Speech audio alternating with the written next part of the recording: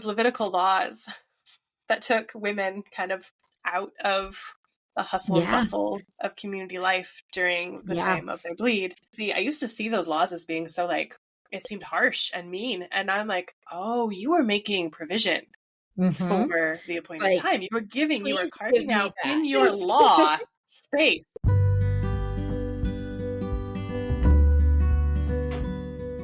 Holy Wild Birth is a podcast embracing the reclamation of giving birth, rooted in God's original design, undisturbed.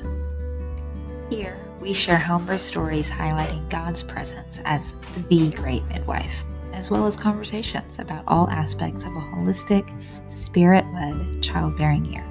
From the perspectives of myself, traditional midwife Lauren Hall of Rooted in Eden Private Contract Association, and me, holistic doula and birthkeeper Brooke Collier of Sister Birth. To choose a holy wild birth journey is to consecrate all your decisions unto the Lord. And to reclaim creation unadulterated by centuries of human attempts to control and improve upon what God has already called good. Please remember, birth is not a medical event, but a natural process. We are not your care providers, and this should not be taken as medical advice.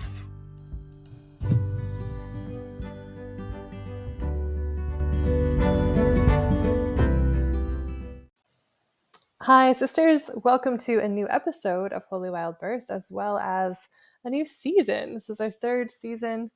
We're starting it off strong today with a conversation that's more foundational just to what it means to be a woman and the unique characteristic we have of being cyclical beings. And we're going to dive really deep into what that means. This is part of just embracing our womanhood and the processes that eventually lead us to the possibility of pregnancy and birth, of course. So we hope you really enjoy this episode.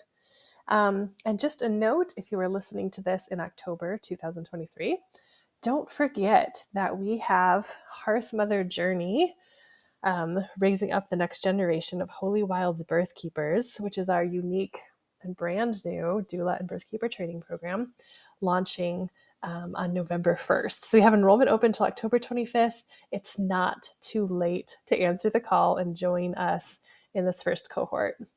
You'll find the link to that in our show notes. And now, without further ado, we'll take you straight to the episode. Hello. Hello. It feels so good to be in the studio, dropping a podcast for Holy Wild Birth again. I know. Yeah. So it feels like our last few posts have been either life updates or Hearthmother Journey updates, which are good things, but this is going to be like a normal episode. that was cool. Yeah. Yeah, it does. It feels good.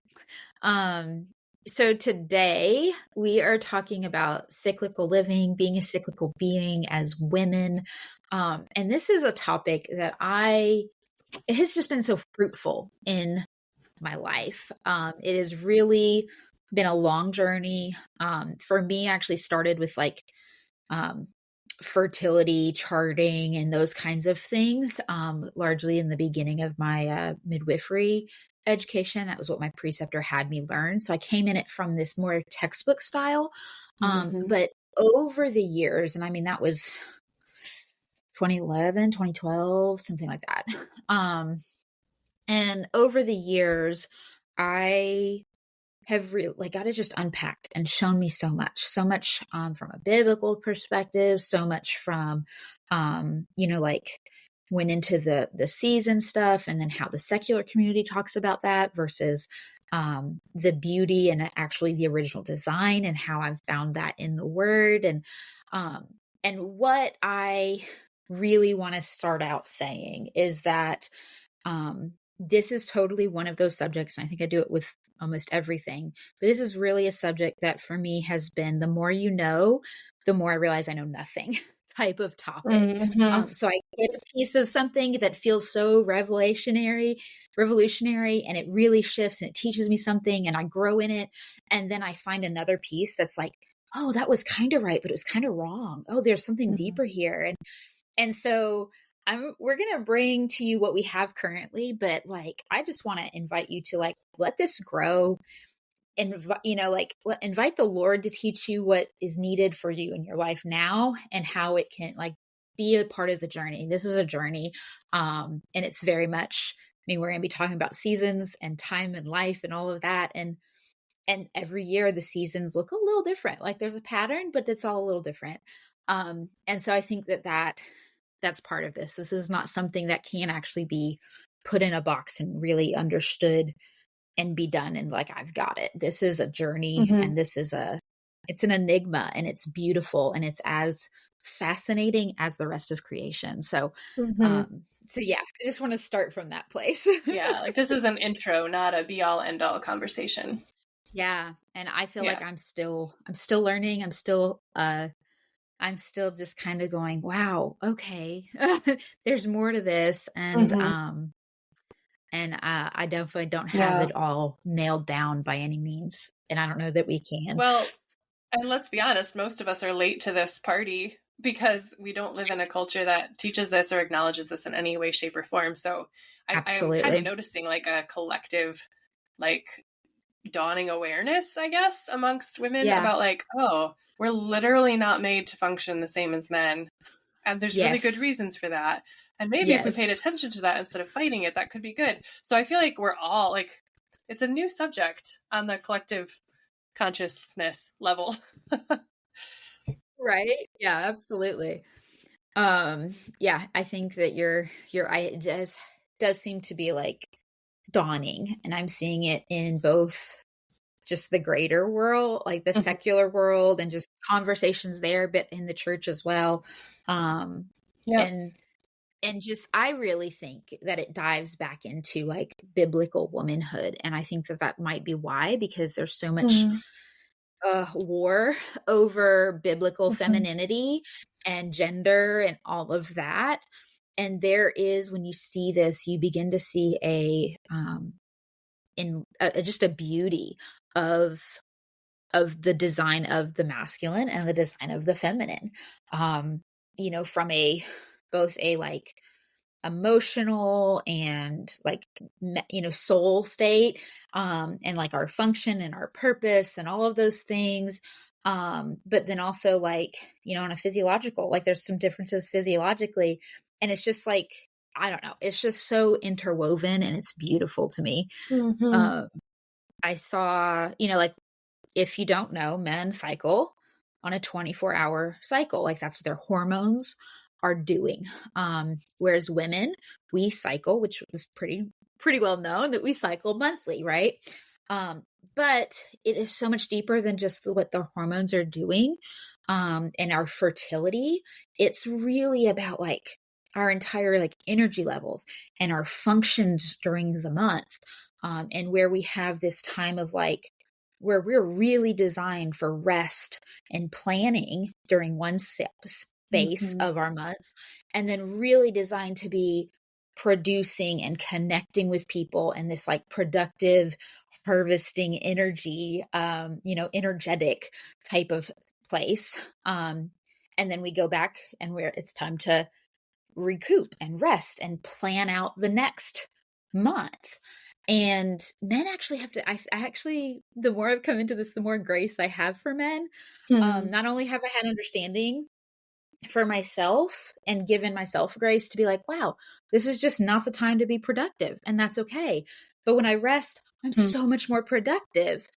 But then I'm like, man, men have to do all of this in one day. Like they're resting, and then they're getting up and they're producing, and then they're getting, like they're all that connection, and they get back into their, like they have to do all of this. And like, for me, like that rest and plan is like a deep,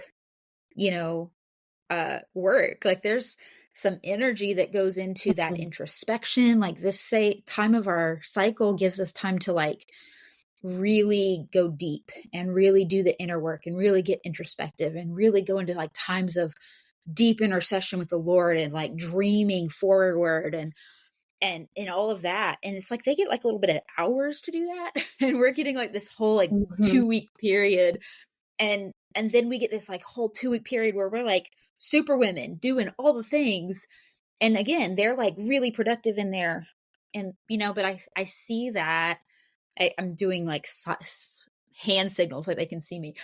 Like they get this like short, small period. So I was holding my hands really close together, for those of you who obviously can't see me. So I've been just intrigued by that juxtaposition and what it can mean. Even, I think one of the like light bulb moments I had about this and like the biblical masculinity and femininity, that really just, I don't know. I have noticed, and tell me if you've noticed the same. I've had this conversation with multiple women, but like, because of that, because we get that time of like deep rest and time of going deep, and we have that urging to go deep with the Lord and to dream really long plan.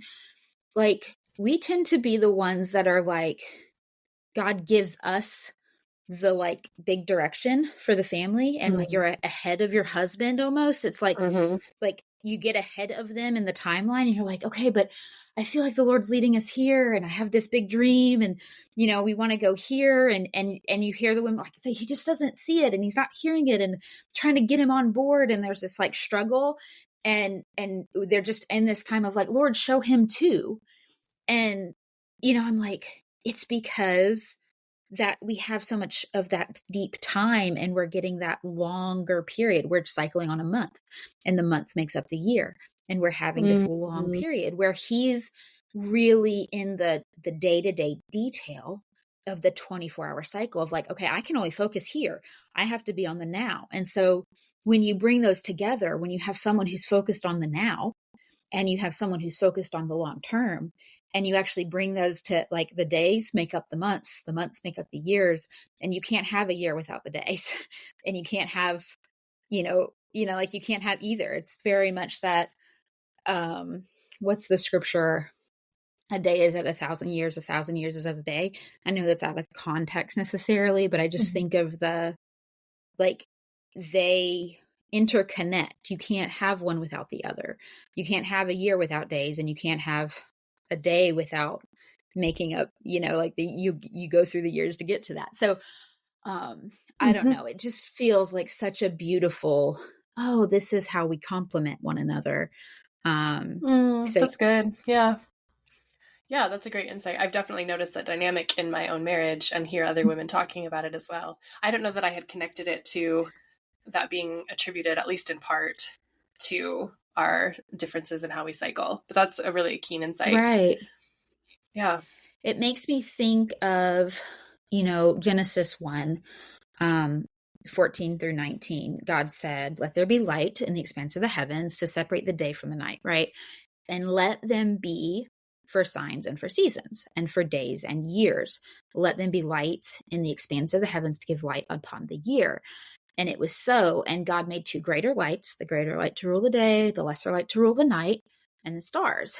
And these, so like we have these two, you know, we know it's the sun and the moon that are ruling over this. But there's this understanding, that 24-hour cycle, that's really the day, the night for him. He's in the day, night, 24 hours. Whereas we are connected, our cycles are connected to the moon, and we move by the seasons.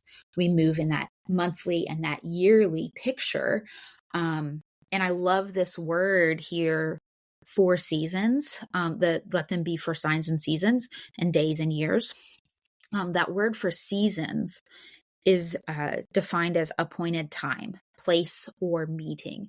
So it's not even just a time, but it's actually a place. And when it's translated as a place, it's the tent of meeting. It's that word for meeting when they're talking about the tabernacle of meeting or the tent of meeting. So this season is all about an appointed time with the Lord.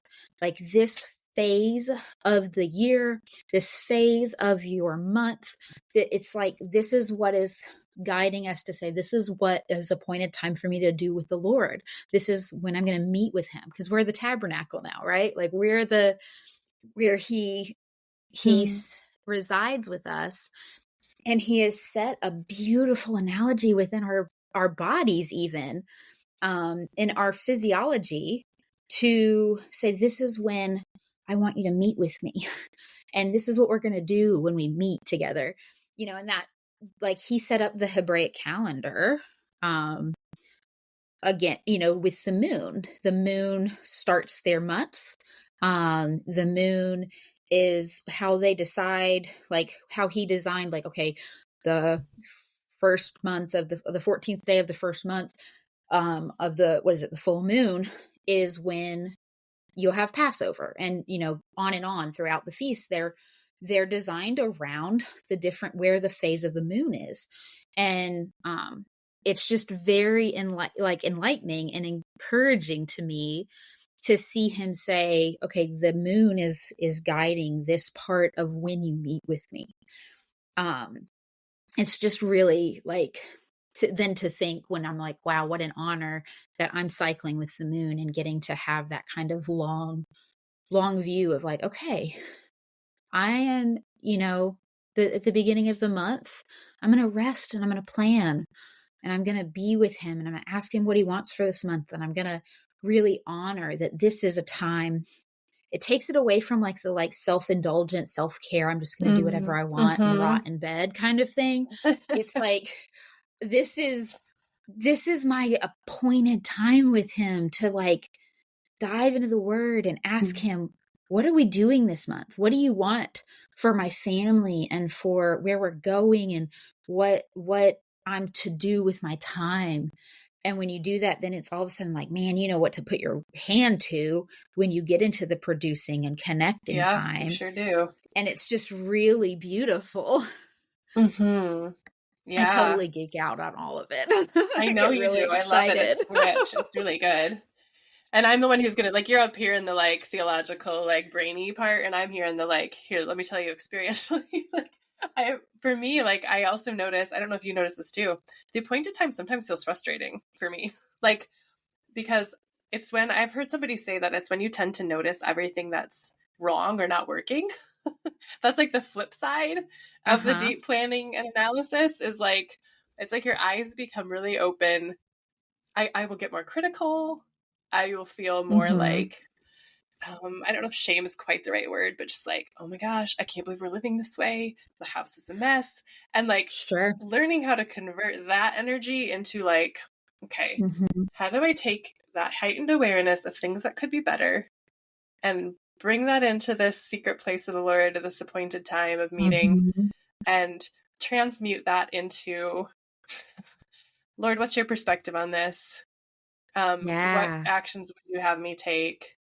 How can I move, like, turn this, because anger and frustration are energetic. They cause movement. So can I bring that to Jesus and say, like, how would you have me move? How would you turn this frustration, this anger, into something that's productive and good for my whole family and for me? And then hopefully emerge on the other side of that with like a really clear way forward that's not angsty anymore, but is, like moving in love and purpose. And that's not always a super easy shift for me emotionally, just going to be honest. For sure. I think that and I think it's like, it has to be, because frankly, we're going to go through these whether we're noticing them or not. But if we're just being like drugged by our cycles and our hormones and the like, then it's so much easier to get into that space. Because then you're just really, honestly, you're just in your flesh. Like your biology is running the show. So it's literally your flesh. Whereas when we begin to just have these gentle practices that can allow us to be like, oh, wow, I'm actually in an appointed time. And this is what I'm supposed to be doing in this appointed time with the Lord. This is the time to be in my secret place with him. And this is the time to be really out in the world and producing, and just all of a sudden it's that, I think it's that noticing, and then it's that intentionality that allows us to then really move by the Spirit through our biology versus being run by the biology. Well said. Move by the Spirit through our biology instead of being run by our biology. That's great. Yeah. That's a good way of summarizing that.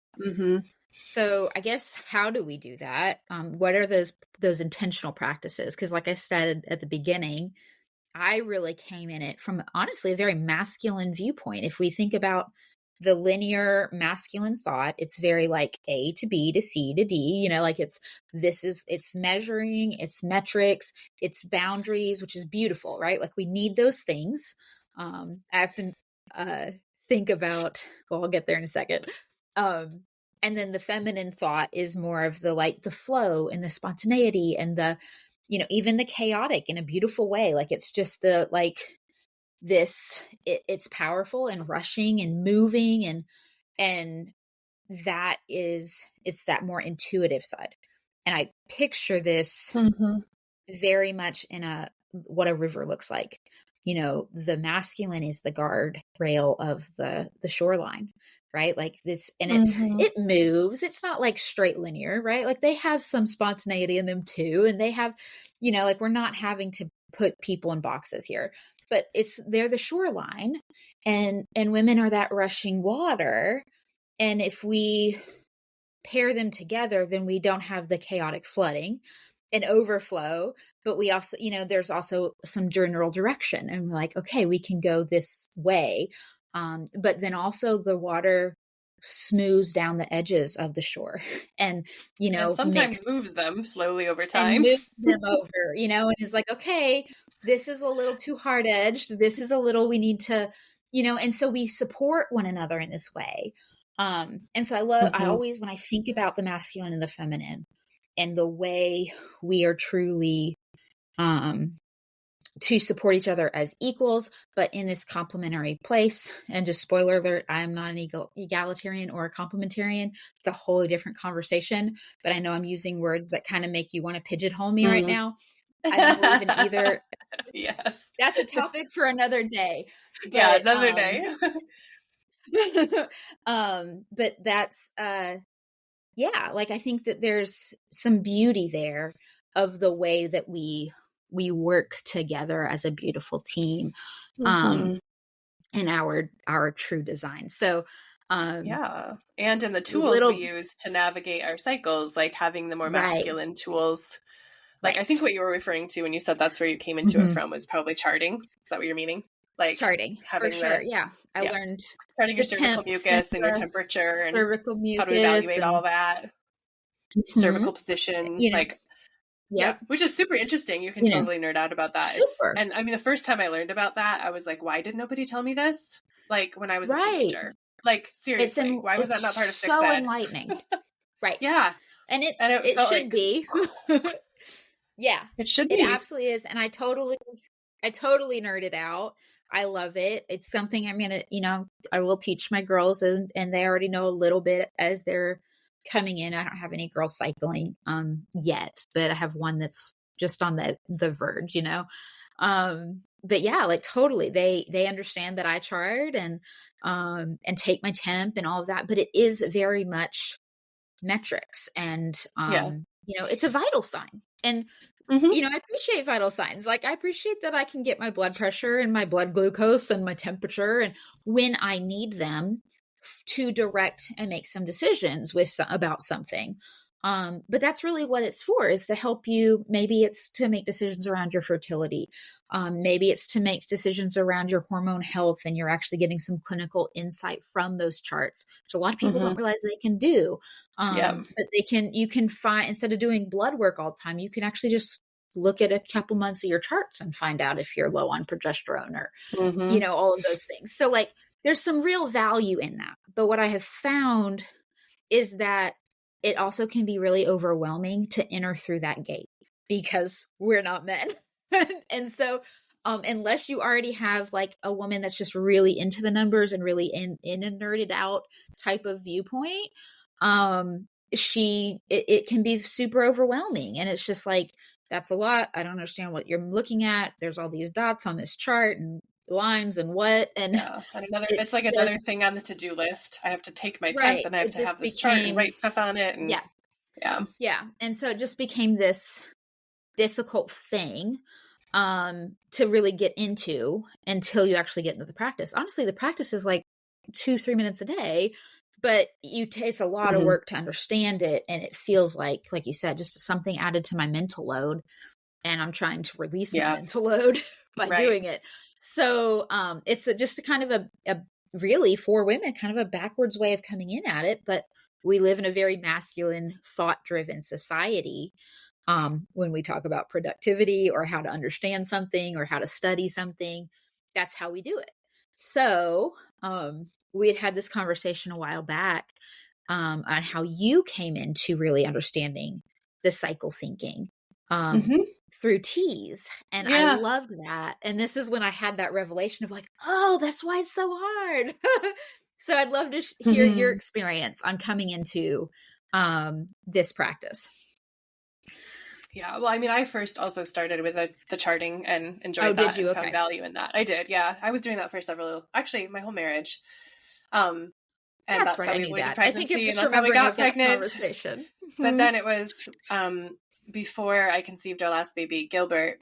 It was really clear that the Lord was asking us to make space for this child, right? But at the same time, my cycles were kind of a mess, and I had several early losses in a row.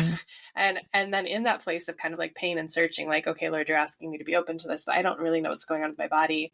And I was feeling really frustrated with my body. Like, what's wrong with it? Right. All the things. Actually even ordered some labs on myself to try to figure out, like, again, another masculine evaluation of the situation. And then I don't even remember how I stumbled upon it, but I think Facebook served me an ad for these teas that this woman, I'm going to forget her name, but her business is called Wisdom of the Womb. And she makes a tea for each of the 4 phases of the cycle. And you take then you have to know your cycle enough to know when to do each tea, but each one is uniquely supportive of the hormonal and energetic and emotional kind of aspects of that phase of the cycle. And I bought them, and bringing them online felt like it helped me shift out of a critical, like, self-assessment, like, metric kind of way of living with my cycle and fertility. And just the act of having to be just conscious enough to think, oh, I need the one during your period is called Bitches Brew. Sorry, it's not a Christian company. Bitches Brew. This is what I need, Bitches Brew. And this is what I need. I can't remember all the names, so then they each have a name. And just the act of slowing down and making a cup of tea and welcoming that as just like, this is my moment to consciously choose to support and acknowledge my body in this phase of the cycle. It just felt so nurturing and gentle and also comforting, like knowing I was taking this small step to give my body something that would support what it was doing. And I used those teas for about 3 months, and then Gilbert was conceived and he stuck, as people say, he stayed. So yeah, it was lovely. And I am still not really cycling regularly enough to resume that practice, but I probably will, because it just, and it can be paired with charting. In fact, to some extent it has to be, because you have to know roughly at least where you are in your cycle. But yeah, it's lovely. Yeah, I love that. And I love that you had, again, you have to have kind of both, right? You have to have some understanding and more linear masculine thought with the feminine. Like we are combined together. We have to be, for true, I guess, rest and productivity to happen. And so I just love the idea of like, wow, I'm noticing where I am emotionally and physically and how my body feels and how my soul is feeling. And like, I'm going to now add a practice in to really remind me and kind of hold me accountable to like, this is the appointed time with the Lord. I'm going to make this tea, and I'm going to really intentionally shift my mindset into this is what I'm doing right now. This is the time I'm resting, or this is the time that I'm, producing.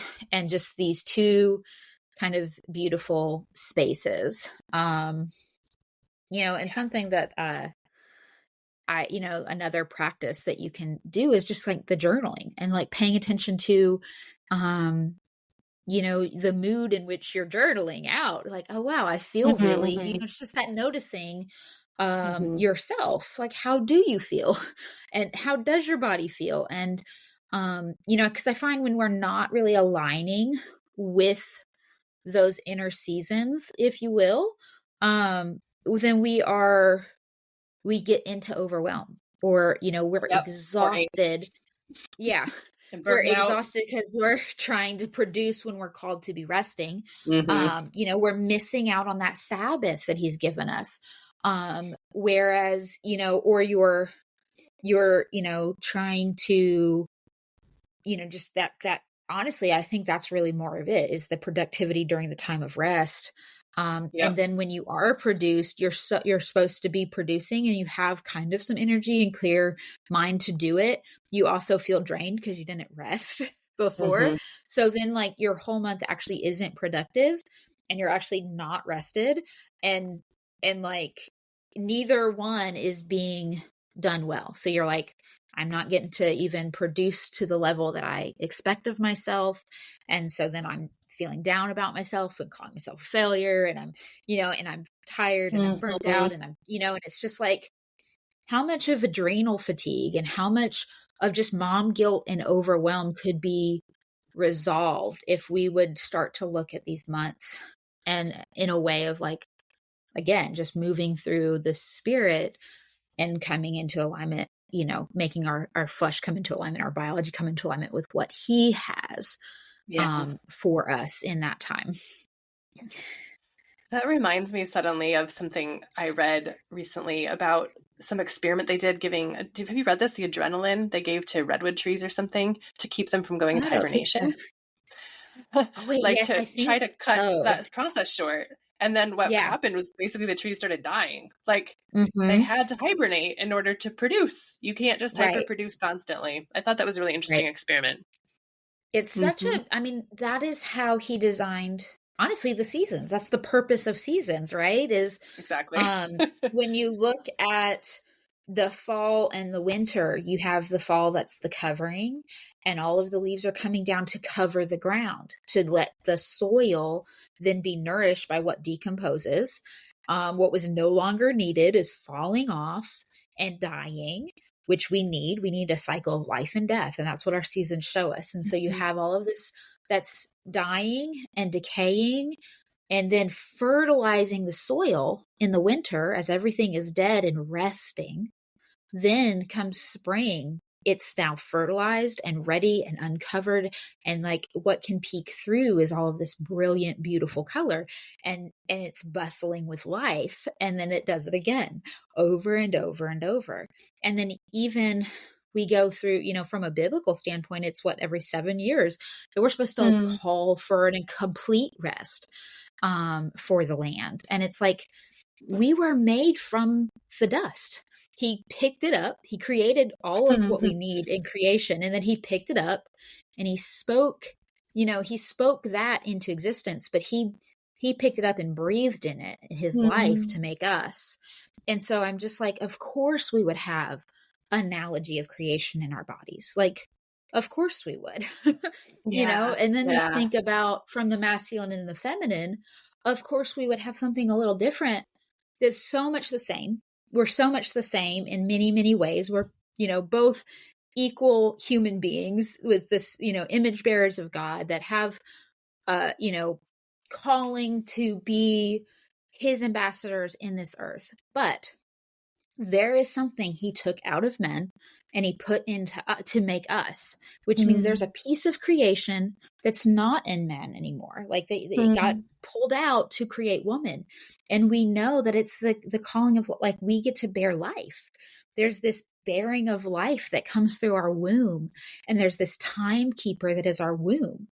And that, it measures out the seasons. It measures out the seasons of life. Like, it tells us that we've, aged into puberty. It tells us that we've are ready to bear life. It tells us when we have reached this fruitful, beautiful time of wisdom in late womanhood. Like, it reminds us of our age, and it's just it's a timekeeper, and it's the seasons. Like, I just see so much of this cycles within cycles, levels and levels of beautiful interconnected symbolism and analogy.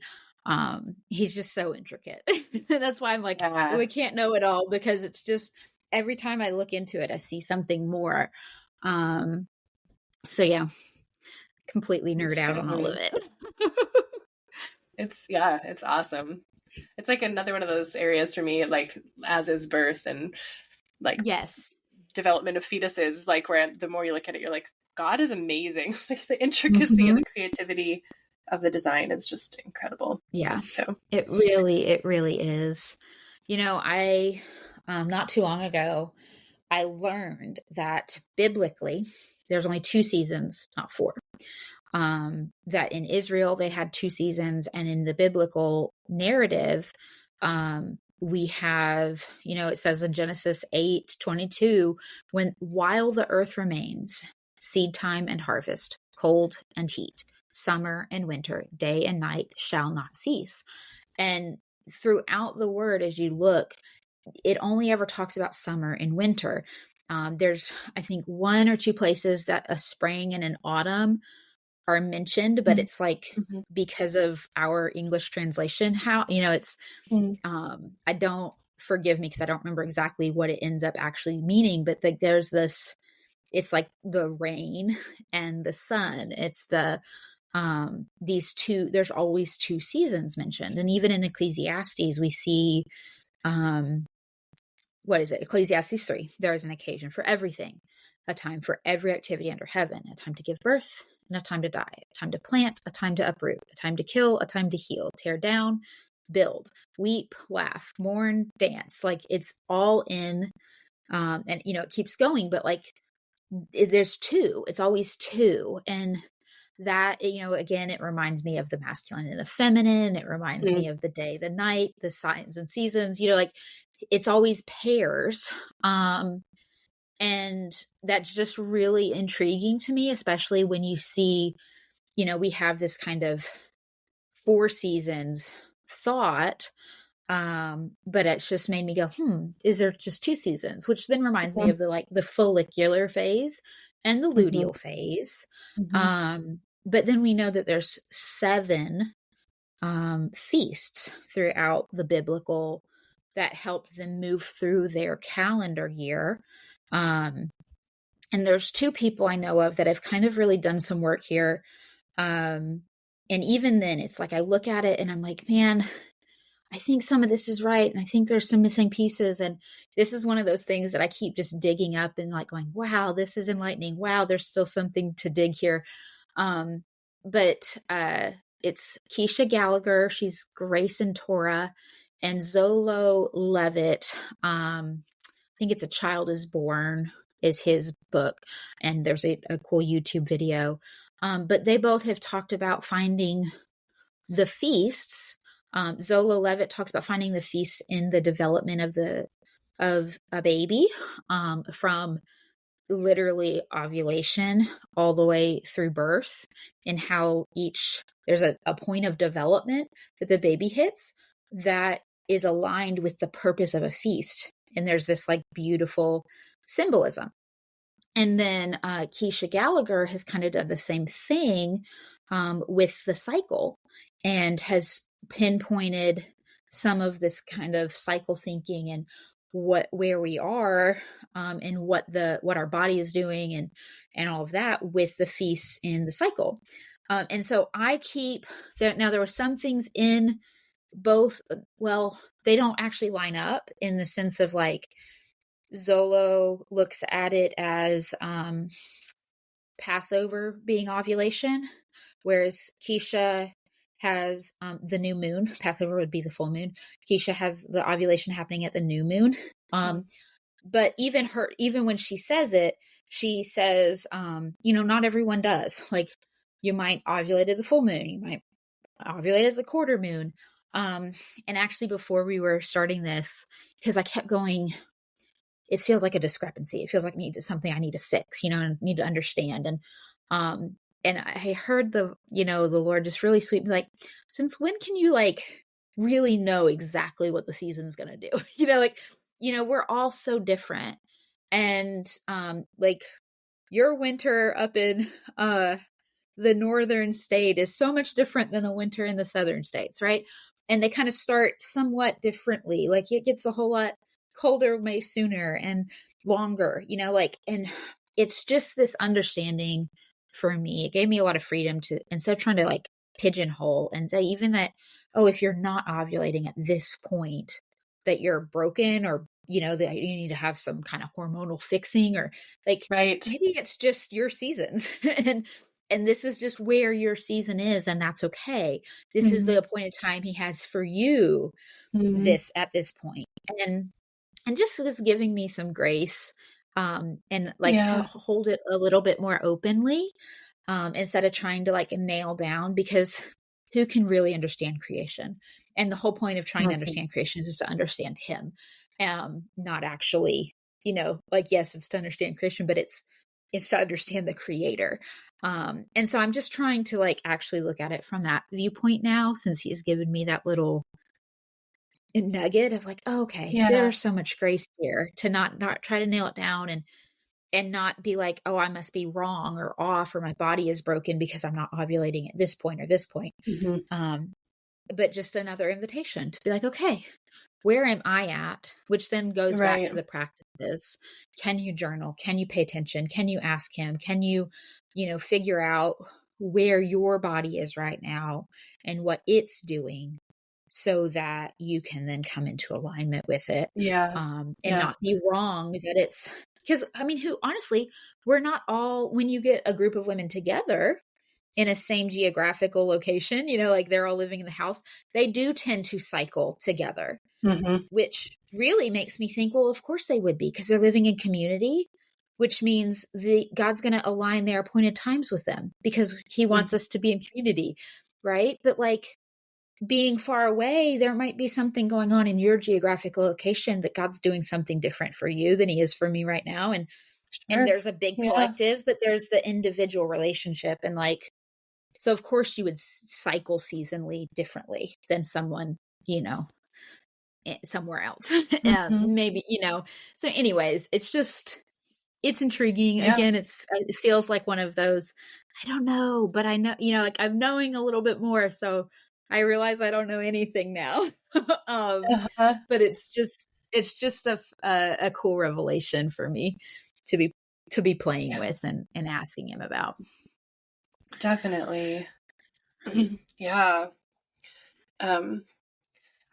actually makes me think too, like the co-cycling with people, that when you're close, those Levitical laws that took women kind of out of the hustle and bustle of community life during the time of their bleed, thinking that they might have been on the same cycle. I've always wondered, so if all the women in that community were all taken out to the red tent at the same time, what was happening back in the main? Like, who was taking care of the things they usually took care of?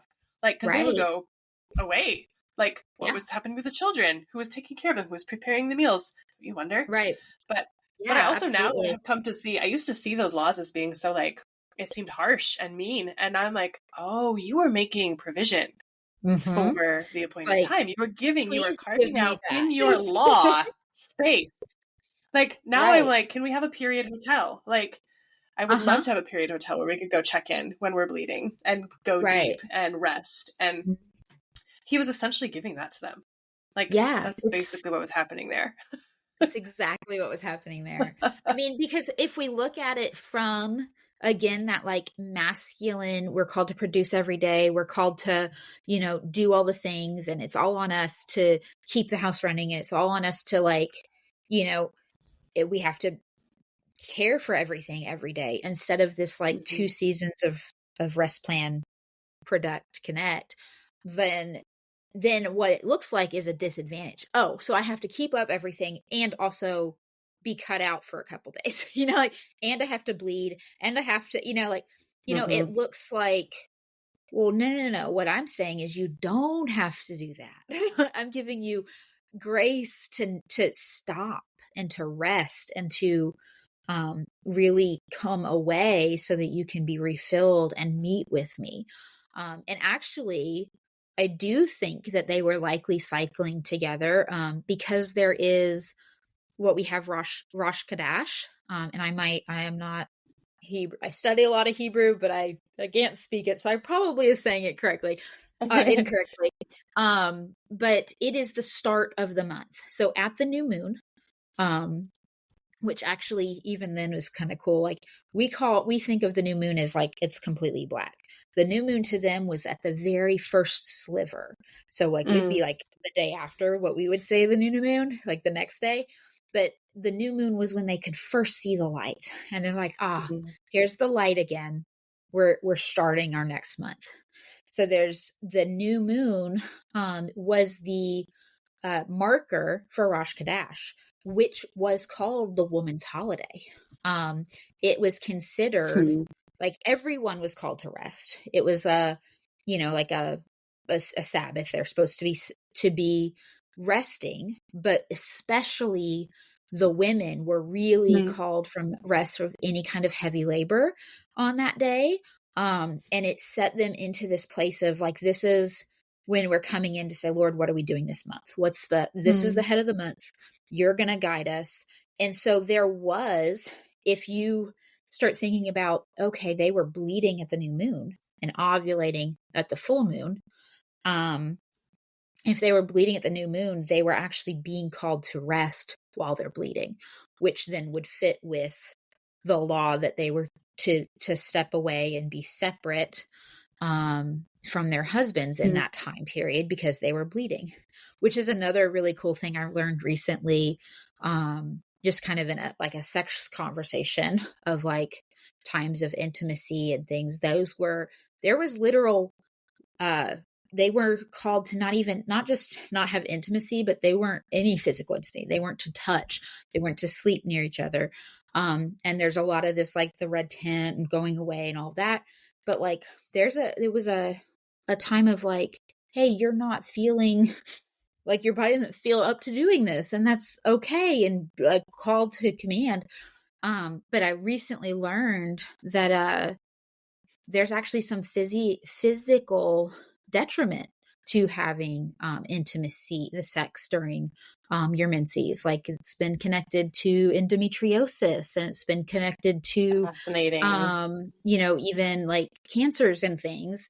And it's like, oh, look at him protecting the woman's body over and over is what we have from a modern view looked back and been like, oh, did he just not like women? Like, but it's just like, oh, he was protecting. Every time there was this protection for her, there was this giving her space and rest and time to recuperate and time to truly be in health.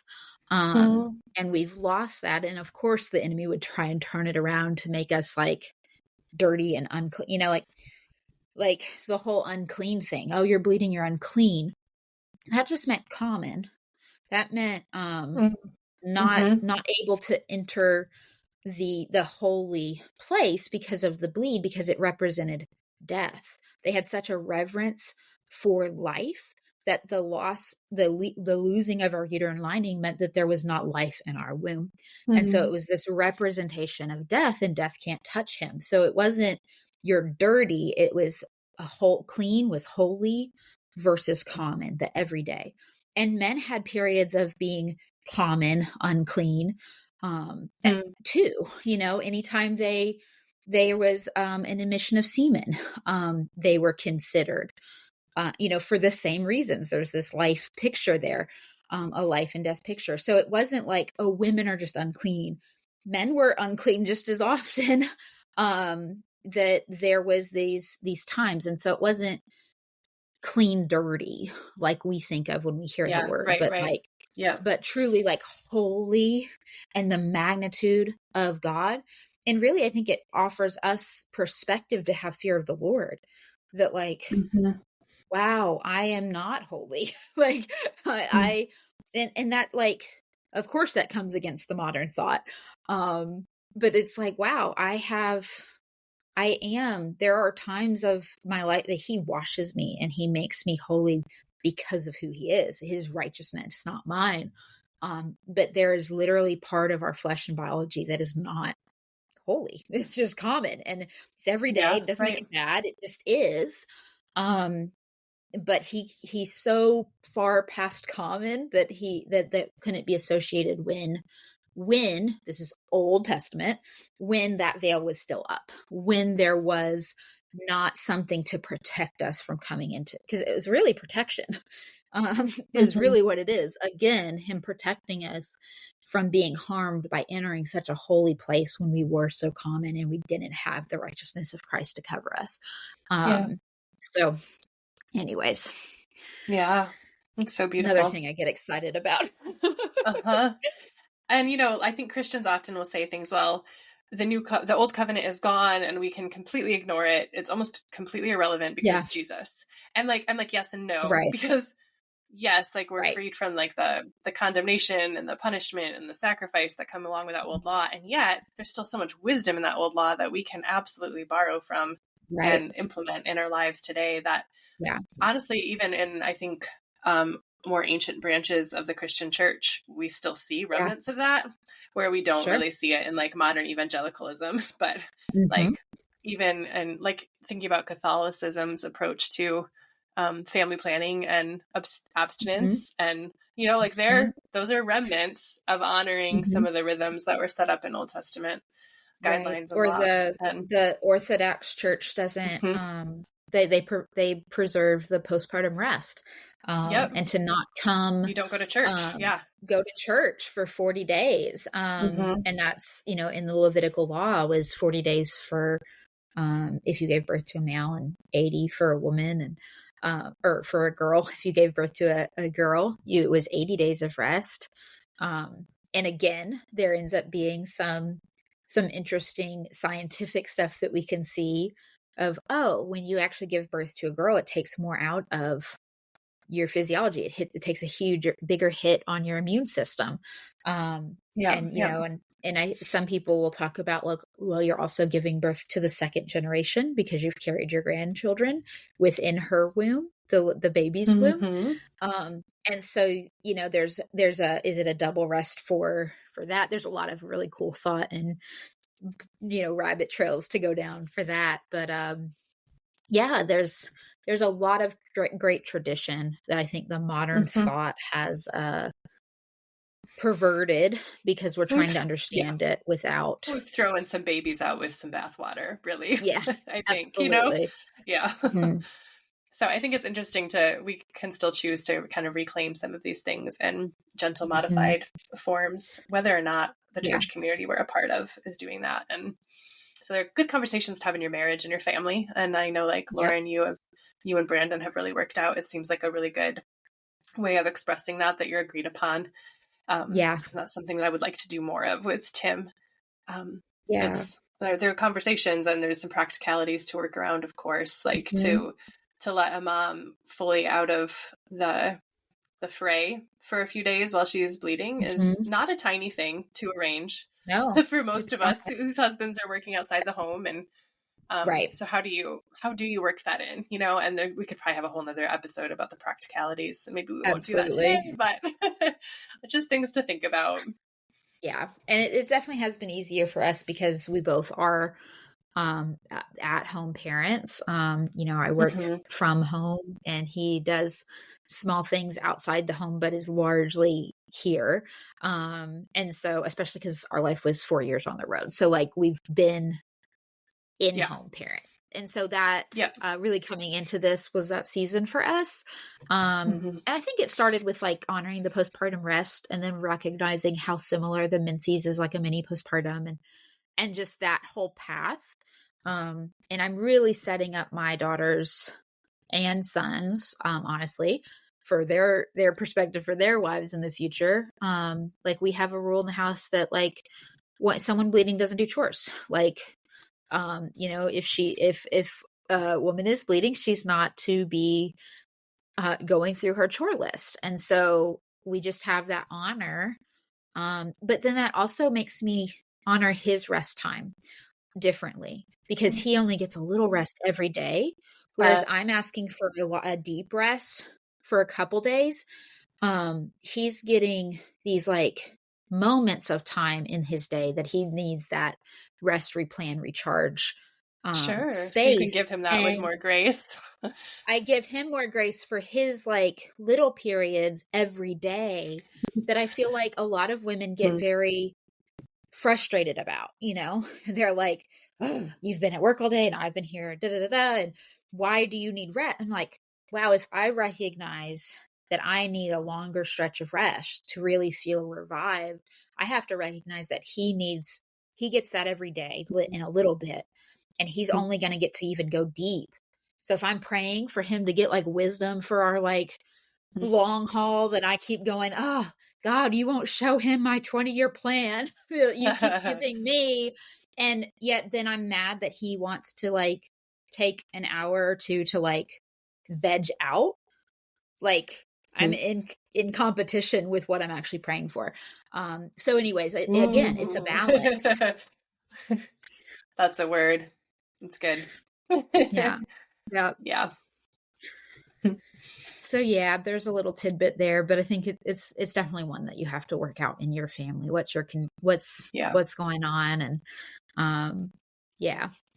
But anyways, there's lots of, I don't know. Again, I hope this was kind of a teaser to get you interested in this topic, that we gave you enough gold nuggets to kind of begin to chew on and figure out what does that look like in general. You know, and then really, again, we want to do a kind of deeper dive on like the biology of the cycle, and like what it looks like to charting and adding in those metrics we were talking about. We've got someone that will do like a guest interview. Hopefully we can get that scheduled soon. Yeah. But I think we'll probably be dropping a lot of resources in the show notes, some of which we've mentioned, some do we want to mention those now, or just like if you want to dive more, the bunny trails in the show notes? What are your thoughts? Yeah, I definitely have some things I want to put in the show notes that I haven't mentioned verbally here, but this amazing book called The Theology of the Womb, this app called Flow that helps you kind of learn the different energies and needs of each part of your cycle. And even Sheila Gray Gore, however you say her name, had this really great post recently about honoring your body's rhythms and our sex lives that I thought I would drop there too. And you may have things you want to add. I'll drop a link to the teas that I mentioned as well. Yeah.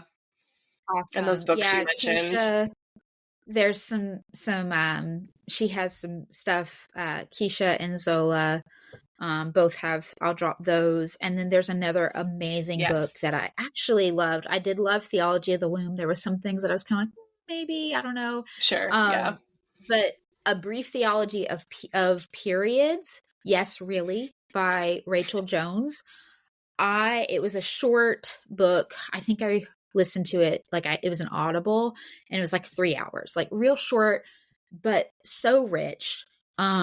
Really appreciated what she brought to the table. And so I think everyone should read that book. Like everyone should read that book. So, yeah, I think and if I think of any more, I definitely have a few different apps that I recommend, for if you're charting, but we'll probably dive deep into the app conversation, because that can get messy. I have a fave too. I wonder if we have the same favorites. Yeah. So anyways, that's, I think, good to put in the next one as well, and not get on that bunny trail right now. Yeah, I agree. Yep, I agree. We've given quite a lot here already. Yeah. So anyways, yeah, I loved this conversation. I hope that it gave you something to think about and bless you with, and yeah. All right. Yeah. Well, let me pray us out. Awesome. If that's all right. I'll pray for everyone. Hi, Father, Papa. Thank you for making us the way you did. You're so creative. You're so brilliant. You're so caring and tender in your design and in the ways that you want to care for us in our design. And we are honored to bear witness to who you are and how you are in even the biology of our bodies and our cycles. What a cool honor. So thank you for inviting us into that. And I pray that you would be continually teaching us how to embrace that, how to step into that, how to offer up our cycles to you and to the world and to our families as a testimony of who you are, for the good of the world and for the good of those around us. Just teach us how to engage this subject well in a modern world that ignores it. Show us how to go there with you. So we pray that over each of our listeners. And again, we just give you thanks and praise. And thank you for letting us do this podcast. In the name of Jesus. Amen. Amen. Amen. All right. Well, we'll see you next time. Till next time.